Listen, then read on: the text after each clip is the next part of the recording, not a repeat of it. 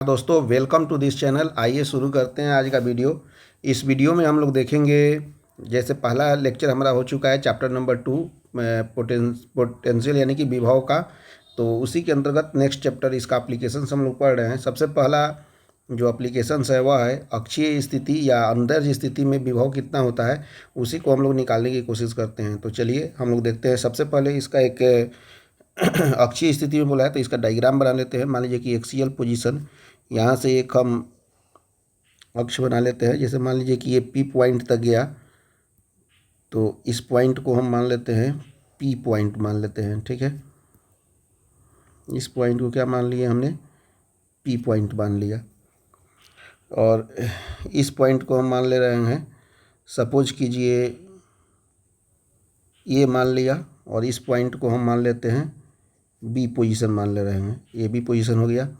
और इस पे आवेश जो है हमारा माइनस क्यू आवेश है, कोई भी ले सकते हैं, माइनस क्यू या प्लस क्यू। यहाँ पे माइनस क्यू लेंगे तो यहाँ पे क्या लेंगे, प्लस क्यू। और डिस्टेंस देख लेते हैं, डिस्टेंस कितना है आपका। जो डिस्टेंस दिया हुआ है ए तक का डिस्टेंस है, ए से लेकर बी तक का डिस्टेंस जो है वह 2a है। 2a या आप 2l ले सकते हैं, दोनों में से कोई भी। इसके पहले जो हमने बनाया था वह 2a लेकर बनाया था, तो यहाँ पे हमने क्या ले लिया, 2a ले लिया। और इसके मिड पॉइंट से जो डिस्टेंस है, मिड पॉइंट से यहाँ तक का डिस्टेंस हमने इसको मान लिया r मान लिया। ठीक है, यहाँ पे हमको p पॉइंट पे विभव निकालना है। तो इसमें हम लोग कैलकुलेशन शुरू करते हैं। तो सबसे पहले हम लिखते हैं यहाँ पे कि प्लस क्यू आवेश के कारण, प्लस क्यू आवेश के कारण, प्लस क्यू आवेश के कारण विभव, प्लस क्यू आवेश के कारण विभव। इसको डिनोट करते हैं हम क्या चीज़ से, तो इसको डिनोट कर रहे हैं हम V1 से। प्लस क्यू आवेश के कारण जो विभव होगा वह P पे होगा, तो V1 इक्वल टू हो जाएगा, विभव का फॉर्मूला होता है 1/4πε0 Q/r होता है। तो इसका डिस्टेंस की ना कितना है, BP है, तो इसको हम लोग BP से डिनोट कर देते हैं, यानी कि 1/4πε0 Q/BP। और इसको सोल्व करेंगे तो V1 इक्वल टू 1/4πε0। BP का मान कितना है, यहाँ से यहाँ तक का मान 2a है, तो निश्चित रूप से 2a होने के कारण यहाँ पे इसका मान हो जाएगा a, यहाँ से लेकर यहाँ तक, फिर इसका भी मान होगा a, दोनों का मान a होगा। तो a दिया हुआ है और यहाँ से यहाँ तक r है, तो r में से a को घटाएंगे, यानी कि निश्चित रूप से इसका मान कितना हो जाएगा, Q/BP का मान हो जाएगा आपका r माइनस a। इसको हम इक्वेशन नंबर 1 मान लेते हैं। उसके बाद में हम निकालेंगे माइनस क्यू आवेश के कारण, मैंने यहाँ पे जो माइनस क्यू आवेश है इसके कारण विभव, यानी कि माइनस क्यू आवेश के कारण विभव, माइनस क्यू आवेश के कारण विभव कितना हो जाएगा विभव, ये हम देख लेते हैं।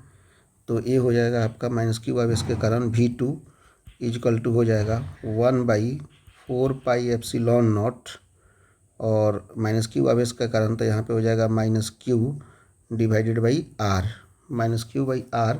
r का मतलब कितना हो गया, a से लेकर b तक की दूरी, यानी कि हो जाएगा ये आपका बोल सकते हैं a से लेकर p तक की दूरी, यानी कि pa बोल सकते हैं इसको, या ap बोल सकते हैं, ap मान लीजिए।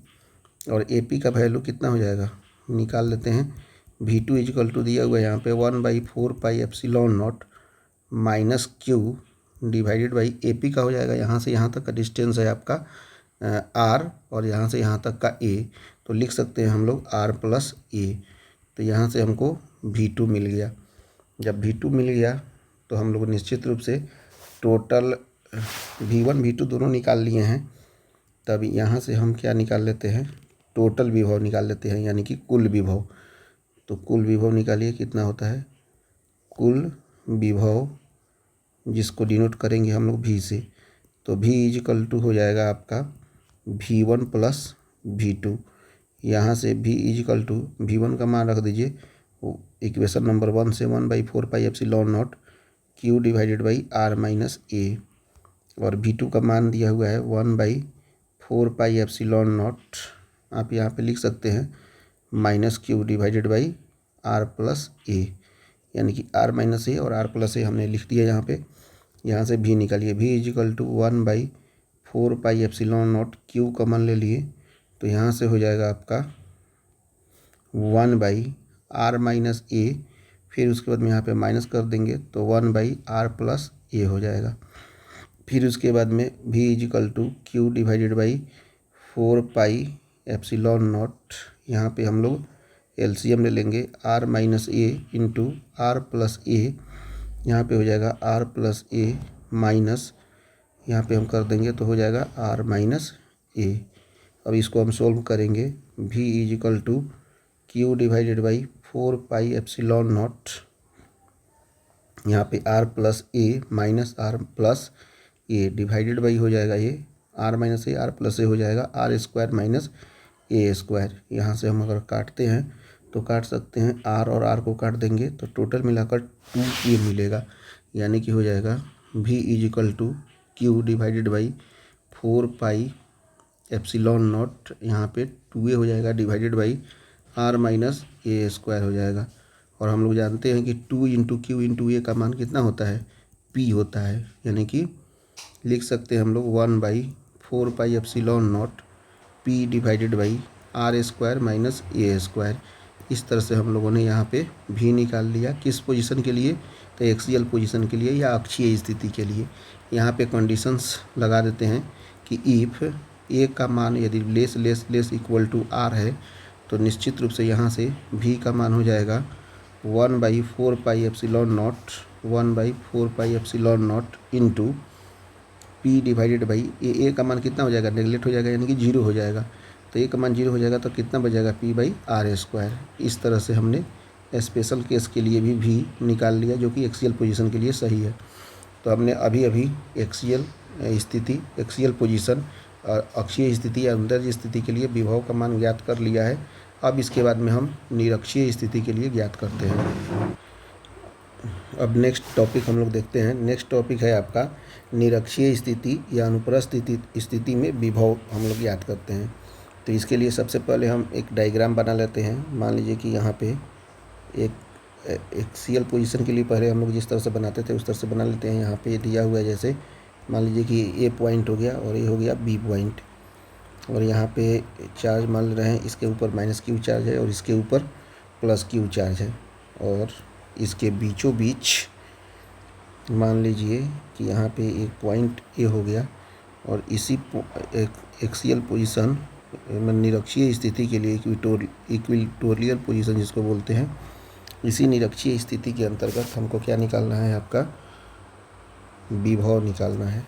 तो यहाँ पे मान लीजिए कि यहाँ पे इस पोजीशन पे -q स्थिति के कारण v2 उत्पन्न हो रहा है, और यहाँ पे +q के कारण जो हो रहा है वो क्या उत्पन्न हो रहा है, आपका v1 उत्पन्न हो रहा है इस पॉइंट P पे, ठीक है कि नहीं। और यहाँ से इसकी डिस्टेंस हम मान लेते हैं, कितना दिया हुआ है, r दिया हुआ है। दोनों ये थीटा और ये भी थीटा है, दोनों जब बराबर है तो निश्चित रूप से इसकी भुजा भी बराबर होगी, इसकी भुजा बराबर हो जाएगी। और दोनों के बीच में जो डिस्टेंस हम मान लेते हैं, कितना दिया हुआ है, 2a दिया हुआ है। इस तरह से हमारा डायग्राम कंप्लीट होता है। तो हम सबसे पहले गणना शुरू करते हैं, और गणना में सबसे पहले हो जाएगा कि +q आवेश के कारण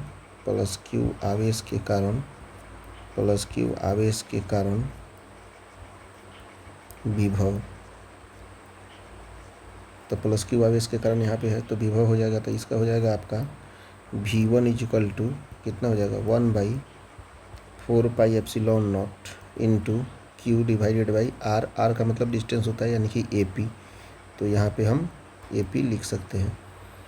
उसके बाद में हम यहाँ पे लिखेंगे -q आवेश के कारण विभव, -q आवेश के कारण विभव। तो -q आवेश के कारण विभव जो हो जाएगा वह हो जाएगा v2 इजिकल टू 1/4πε0, और यहाँ पे -q/r, r मतलब BP हो जाएगा, BP। समीकरण नंबर 1 इसको मान लेते हैं, और इसको समीकरण नंबर 2 मान ले रहे हैं। उसके बाद में कुल विभव हम निकालेंगे, तो कुल विभव को दोनों को जोड़ देंगे, क्योंकि अलजेब्रिक सम है। तो कुल विभव v इजिकल टू हो जाएगा v1 + v2। यहाँ से हम ले लेते हैं v v equal to V1 का मान कितना दिया हुआ है, V1 का मान दिया हुआ है आपका 1/4 pi epsilon naught into Q divided by AP और प्लस यहाँ पे दिया हुआ है 1/4 pi epsilon not minus Q divided by BP। यहाँ से हम लोग चूँकि हम लोग जानते हैं कि ये BP और AP दोनों बराबर है, क्योंकि थीटा यहाँ पे बराबर है, चूँकि AP इजिकल टू BP दिया हुआ है, इसीलिए वहाँ पे मान पुट कर देंगे। तो मान पुट करने के कारण V इजिकल टू हो जाएगा 1/4 pi epsilon not Q by AP minus 1/4 pi epsilon not Q by BP की जगह पे हम AP लिख सकते हैं। तो दोनों जब बराबर है तो निश्चित रूप से दोनों क्या हो जाएगा, कट जाएगा। तो कटने के कारण यहाँ पे V इजिकल टू कितना हो जाएगा, 0।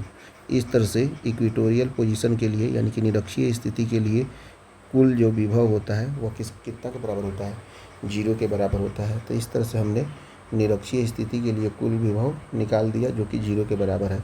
अब इसके बाद में हम लोग किसी भी बिंदु पर विभव निकालते हैं। अब हम लोग नेक्स्ट आते हैं किसी भी बिंदु पर, जैसे किसी भी बिंदु पर हमको क्या निकालना है, विभव निकालना है। तो इसे हम लोग निकाल लेते हैं। तो सबसे पहले हम एक फिगर बनाते हैं, इसी के माध्यम से हमको मिलेगा। तो यहाँ पे एक हम एक्सियल पोजीशन के लिए जैसे हम लोग बनाते थे उस तरह से बना लिए। यहाँ पे इसको B और इसको ये मान रहे हैं, और इस पॉइंट पे हमारा चार्ज है -Q और इस पॉइंट पे चार्ज है हमारा +Q, और दोनों के बीच में जो डिस्टेंस है उसको हमने मान लिया, क्या मान लिया, उसको मान लिया हमने 2a मान लिया। ठीक है, हमको किसी भी बिंदु पे मान लीजिए कि इस पॉइंट पे हमको निकालना है, इस पॉइंट पे निकालना है। इस तरह से हमने मान लिया इस पॉइंट पे, और यहाँ से यहाँ तक का डिस्टेंस A और यहाँ से यहाँ तक का डिस्टेंस A मान लिया। और इस पोजीशन को हमने इसको इससे मिला दिया, और फिर उसके बाद में इसको हमने इससे मिला दिया। ठीक है, इसको हम मान ले रहे हैं P, और फिर उसके बाद में क्या कर रहे हैं हम, यहाँ से जो है इसको लंबवत अगर हम डालते हैं तो इसको हम थोड़ा सा और नीचे की तरफ ले जा रहे हैं, और यहाँ से हम इस पॉइंट पे हम लंब डाल रहे हैं। ठीक है, तो यहाँ से हम लंब डालेंगे तो मान लीजिए कि ये वाला पोजीशन से हम इस पोजीशन पे लंब डाल रहे हैं। इस पॉइंट को हम मान ले रहे हैं M पॉइंट, और इस पॉइंट से हम जो लंब डाल रहे हैं, इस पॉइंट से हम लंब डाल रहे हैं इस पोजीशन पे, इस पॉइंट से लंब डाल रहे हैं इस पोजीशन पे। तो इसको भी हम मान ले रहे हैं कुछ पॉइंट N मान ले रहे हैं, और ये लंब है यहाँ पे, और ये भी यहाँ पे लंब है, यानी कि परपेंडिकुलर है। तो ये पूरा डिस्टेंस जो है यहाँ से यहाँ तक का, इस पॉइंट को O मान ले रहे हैं। तो वो मानने के कारण ये पूरा डिस्टेंस हम यहाँ से यहाँ तक का मान लेते हैं कि ये R है। ठीक है, और ये है। तो इसको यदि हम थीटा मानते हैं तो निश्चित रूप से इसको भी हम थीटा मान सकते हैं। इस तरह से सारे पोजीशन को हमने मान लिया है। अब हम दो चीज़ को निकालेंगे, एक OM की ज़रूरत पड़ेगी और एक ON की ज़रूरत पड़ेगी। तो OM और ON हम यहाँ से निकाल लेते हैं सबसे पहले। तो सबसे पहले देखते हैं हम लोग यहाँ पे त्रिभुज, एक मिनट, यहाँ पे हम लिखते हैं त्रिभुज, यहाँ पे लिखते हैं OAM में, त्रिभुज OAM यहाँ पे दिया हुआ है। उसमें यदि हम cos थीटा यदि निकालना चाहें तो लिख सकते हैं cos थीटा इजिकल टू कितना होता है, आधार बाई कर्ण। तो cos थीटा का आधार यहाँ पे थीटा है, तो इसे लगा हुआ संलग्न भुजा हो जाएगा OM, आधार बाई कर्ण कितना हो जाएगा, AM हो जाएगा। तो cos theta is equal to OM by AM। तो यहाँ से यदि हम चाहें तो AM का वैल्यू निकाल सकते हैं। OM इजिकल टू हो जाएगा, OM इजिकल टू AM ना होकर लंब के 90 डिग्री के सामने की भुजा कर्ण होती है, तो AM नहीं होगा, AM की जगह पे क्या होगा, OA हो जाएगा, OA कर्ण हो जाएगा। यानी कि cos theta is equal to OM by OA। तो OM इजिकल टू हो जाएगा OA cos थीटा। यहाँ से OM इजिकल टू हो जाएगा, OA का मान कितना है, OA का मान दिया हुआ है आपका A, तो O M is equal to A cos theta हो जाएगा। यहाँ से हमने ओ एम का वैल्यू निकाल लिया। अब दूसरा नंबर त्रिभुज हम निकालते हैं। त्रिभुज दिया हुआ है यहाँ पे ओ बी एन दिया हुआ है, तो समकोण त्रिभुज ओ बी एन में, समकोण त्रिभुज ओ बी एन में जो है यहाँ से कॉस थीटा इजिकल टू अगर लिखना चाहें तो हो सकता है कॉस थीटा इजिकल टू आधार बाई कर्ण होता है, यानी कि O N divided by O B हो जाएगा। O N divided by O B हो जाएगा। तो यहाँ से ओ एन इजिकल टू हो जाएगा ओ बी कॉस थीटा। यहाँ से ओ एन इजिकल टू हो जाएगा, ओ बी का मान है ए, तो ओ एन इजिकल टू हो जाएगा ए कॉस थीटा। यहाँ से ओ एन का भी वैल्यू निकल गया। हमने ओ एम का वैल्यू निकाल दिया और ओ एन का वैल्यू निकाल दिया। अब हम कैलकुलेशन करना शुरू करते हैं। इसी के आधार पर हमको निरक्षीय स्थिति के निकालना है। हम एक बार प्लस क्यू आवेश के कारण विभव निकालेंगे, फिर माइनस क्यू आवेश के कारण विभव निकालेंगे। तो सबसे पहले हम निकालते हैं यहाँ से प्लस क्यू आवेश के कारण विभव कितना होता है, तो निकाल देते हैं। प्लस क्यू आवेश के कारण विभव, प्लस क्यू आवेश के कारण विभव, क्यू आवेश के कारण विभव कितना हो जाएगा निकालिए। तो यहाँ से हो जाएगा प्लस क्यू आवेश यहाँ पे है, इसके कारण विभव हो जाएगा आपका V1 इजिकल टू 1/4πε0 और Q बाई आर होता है Q बाई आर। यहाँ पे कितना दिया हुआ है Q by R. Plus Q आवेश के कारण विभव जो हो जाएगा तो यानी कि हो जाएगा PA हो जाएगा Q बाई PA। यहाँ से प्लस क्यू आवेश के कारण P पे निकालना है, तो 1/4πε0 इंटू Q बाई PA हो जाएगा। तो और ये जो PA डिस्टेंस जो है इसको हम लोग मानेंगे किसके बराबर, PM के बराबर, क्योंकि इसी तरह से यहाँ पे ये एंगल बहुत छोटा हो जाएगा, ये लेंथ बहुत छोटा हो जाएगा, तो लगभग ये जो PA होगा किसके बराबर हो जाएगा, PM के बराबर। तो यहाँ पे हम मान लेंगे PA जो है किसके बराबर है, PA जो है वह PM के बराबर है। तो यहाँ पे लिख सकते हैं हम लोग क्या, V1 equal to 1/4πε0 Q divided by PM, और PM equal to V1 equal to 1/4πε0 Q divided by, और PM का मान जो है यहाँ से यहाँ तक हम मान सकते हैं OP माइनस क्या मान सकते हैं, OP माइनस OM मान सकते हैं, यानी कि OP माइनस OM हो जाएगा। फिर उसके बाद में V1 equal to 1/4πε0 Q divided by OP का वैल्यू कितना दिया हुआ है, O से लेकर P तक की दूरी का मान दिया हुआ है R, और OM का वैल्यू यहाँ से हम लोगों ने निकाला है, तो ये वैल्यू दिया हुआ है R minus A cos theta, ये कॉस थीटा। तो यहाँ से हमको V1 का वैल्यू प्राप्त हो गया। अब यहाँ से हम V2 का वैल्यू निकाल ले रहे हैं। V2 का वैल्यू कैसे, माइनस क्यू आवेश के कारण, माइनस क्यू आवेश के कारण, माइनस क्यू आवेश के कारण विभव जो प्राप्त होगा वह होगा V2 इजिकल टू हो जाएगा 1/4πε0। तो यहाँ पे हो जाएगा minus Q divided by PB, क्योंकि माइनस क्यू आवेश के कारण PB हो जाएगा डिस्टेंस, और यहाँ पे जो PB जो होगा वह PN के बराबर होगा। PB किसके बराबर होगा, PB जो होगा वह PN के बराबर होगा। PB इजिकल टू PN हम लोग लिखेंगे यहाँ पे। तो यहाँ पे कैलकुलेशन कर ले रहे हैं। V2 इजिकल टू 1 माइनस यहाँ पे ले लेते हैं minus 1/4πε0 Q divided by PN, और PN की जगह पे हम लिख सकते हैं V2 equal to minus 1/4πε0 Q divided by PN का वैल्यू हो जाएगा OP प्लस ON, यानी कि OP प्लस ON हो जाएगा। और यहाँ से V2 इजिकल टू हो जाएगा minus 1/4πε0 Q divided by OP का मान कितना दिया हुआ है, OP का मान दिया हुआ है R प्लस ON का मान ऑलरेडी हमने निकाला है प्लस A कॉस थीटा। यहाँ से हमने निकाल दिया V2 का मान। तो हमने V1 निकाल लिया, V2 निकाल लिया, और उसके बाद में हमने इस तरह से हम अब दोनों का कुल विभव निकालते हैं। तो कुल विभव इक्वल टू हो जाएगा V1 प्लस V2। यहाँ से यदि कुल विभव निकालना हो तो आराम से निकाल सकते हैं। कुल विभव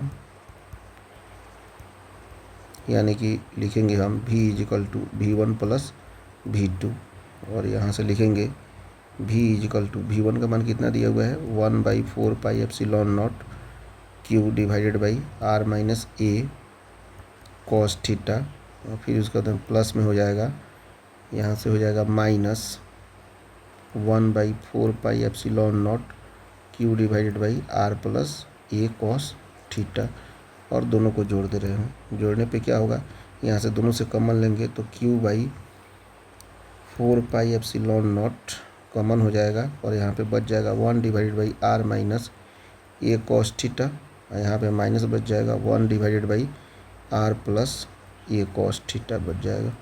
फिर उसके बाद में यहाँ पे यदि हम इसको सोल्व करें q/4 पाई एप्सिलॉन नॉट, इसको सोल्व करेंगे तो हो जाएगा r minus a cos theta, फिर हो जाएगा r plus a cos theta, और यहाँ से हम प्रूफ करना चाहें तो हो जाएगा r plus a cos theta, और यहाँ से माइनस करना चाहें तो minus r plus a cos theta, तो r से r कट जाएगा, और यहाँ से हम इसको सोल्व कर दे रहे हैं तो यहाँ से v का मान हो जाएगा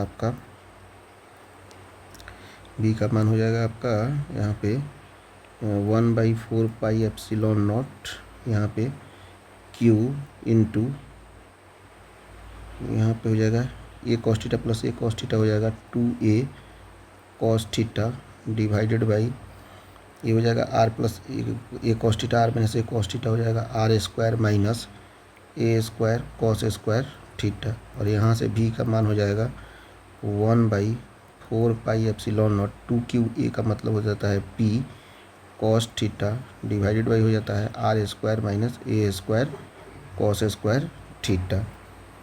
इसके बाद में यदि हम यहाँ पे कंडीशन लगा लेते हैं, ये तो निकल गया हमारा v का मान, मतलब किसी भी पोजीशन के लिए v का मान निकल गया 1/4 pi epsilon naught into p into cos theta divided by r square minus a square cos square theta. यदि स्पेशल केस लगाते हैं इफ़ मतलब a less equal to r, तो निश्चित रूप से यहाँ पे a जो हो जाएगा नेग्लिजिबल हो जाएगा, 0 हो जाएगा, और हमारा v का वैल्यू आ जाएगा आपका कितना 1/4 pi epsilon not p cos theta divided by कितना हो जाएगा r स्क्वायर।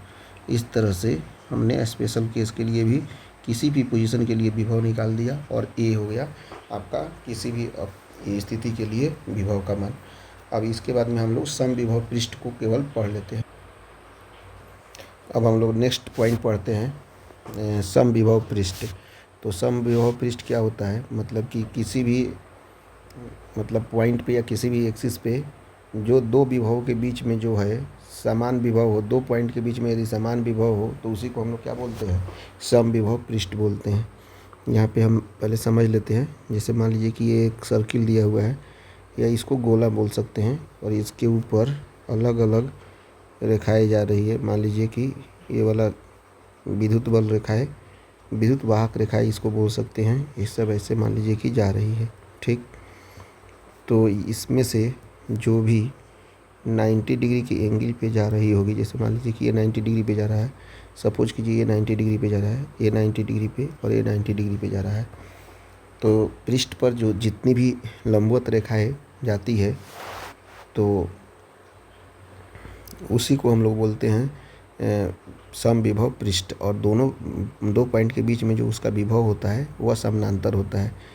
तो सबसे पहला इसकी विशेषता क्या है, पहला विशेषता क्या है, ये भी 90 डिग्री होगी, ये भी 90 डिग्री, सब यहाँ पे 90 डिग्री होगा सम विभव पृष्ठ में। मतलब सबसे पहले क्या होगा कि ये पृष्ठ पर क्या होती है, लंबवत होती है।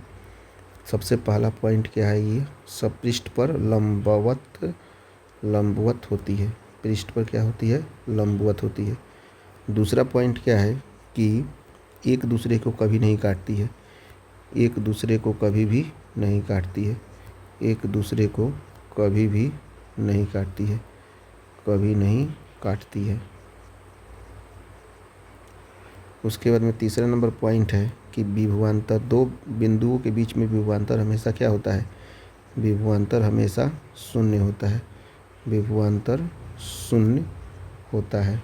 क्यों, क्योंकि विभव का जो पृष्ठ है वो सम विभव है, दोनों का विभव समान है, तो निश्चित रूप से विभवांतर VA माइनस VB या VB माइनस VA होगा, तो शून्य होगा ही। उसके बाद में 4 नंबर में है एकांक आवेश से, मान लीजिए कि यहाँ से यहाँ तक जाना है, तो एकांक आवेश को एक बिंदु से दूसरे बिंदु तक या दूसरे बिंदु से पहले बिंदु तक ले जाने में जो है कार्य नहीं करना पड़ता है। तो लिख सकते हैं हम लोग कि एकांक आवेश को एक बिंदु से दूसरे बिंदु तक, एक बिंदु से दूसरे बिंदु तक